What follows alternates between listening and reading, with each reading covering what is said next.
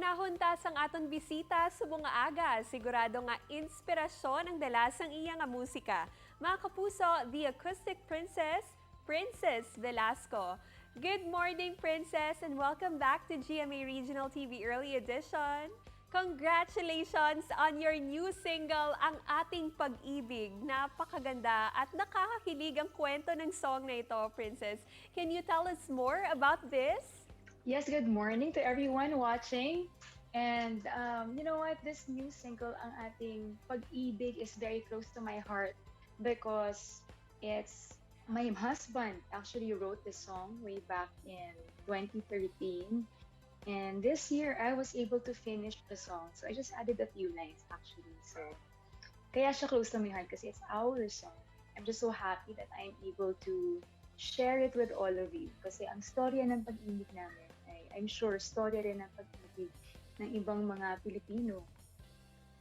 What line from the song do you love most at bakit?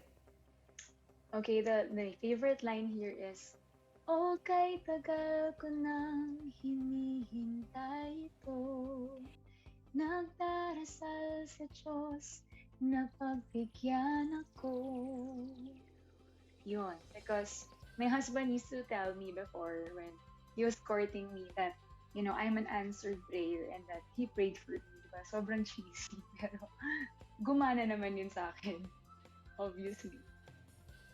Is the song Ang Ating Pag-ibig the most memorable song na ginawa mo? Yes, so far it is because yun nga, it's a very personal song and one of the reasons why it took so long for me to release the song is because my husband wanted to, parang ano lang, yung sa amin lang yung kanta. And he didn't want to finish the song. Yun yung excuse niya kasi parang sinasarili niya yung kanta.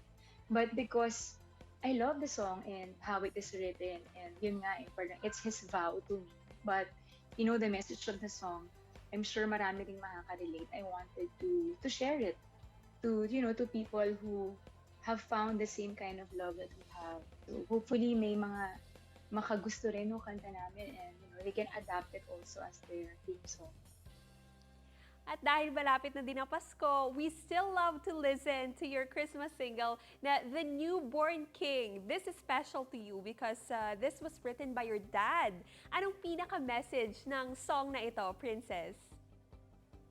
You know what? Christmas, di ba? Kaya natin sineselebrate on Christmas is because of the coming of Jesus Christ. And you know, He's the greatest gift that God gave to us. And bukod doon, syempre, Christmas is also the season of giving and loving and sharing. So, The Newborn King, which was actually written by my late father, ayan, yun yung message niya.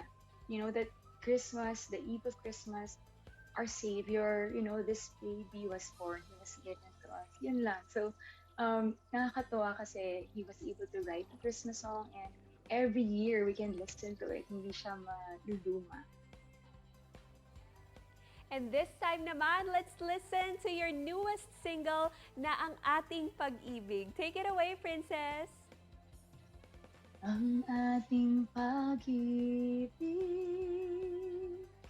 inukit ng tadhana't ng langit. Hindi ito mapapatid. Isang pangakong di tinagin. Ang ating pag-ibig. Thank you so much, Princess!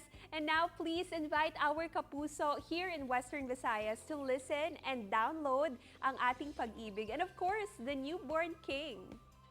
To all our kapuso in Western Visayas, thank you so much for being with me this morning. And I'm inviting you, of course, to download and stream my newest single from GMA Music entitled Ang Ating Pag-ibig, available in all digital platforms worldwide, so iTunes, Spotify, Apple Music, YouTube Music, you can download it.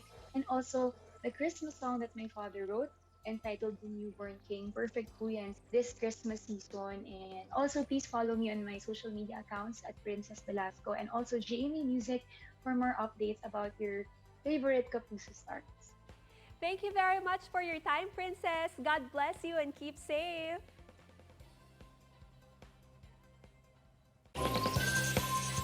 Ini ang GMA Regional TV Early Edition.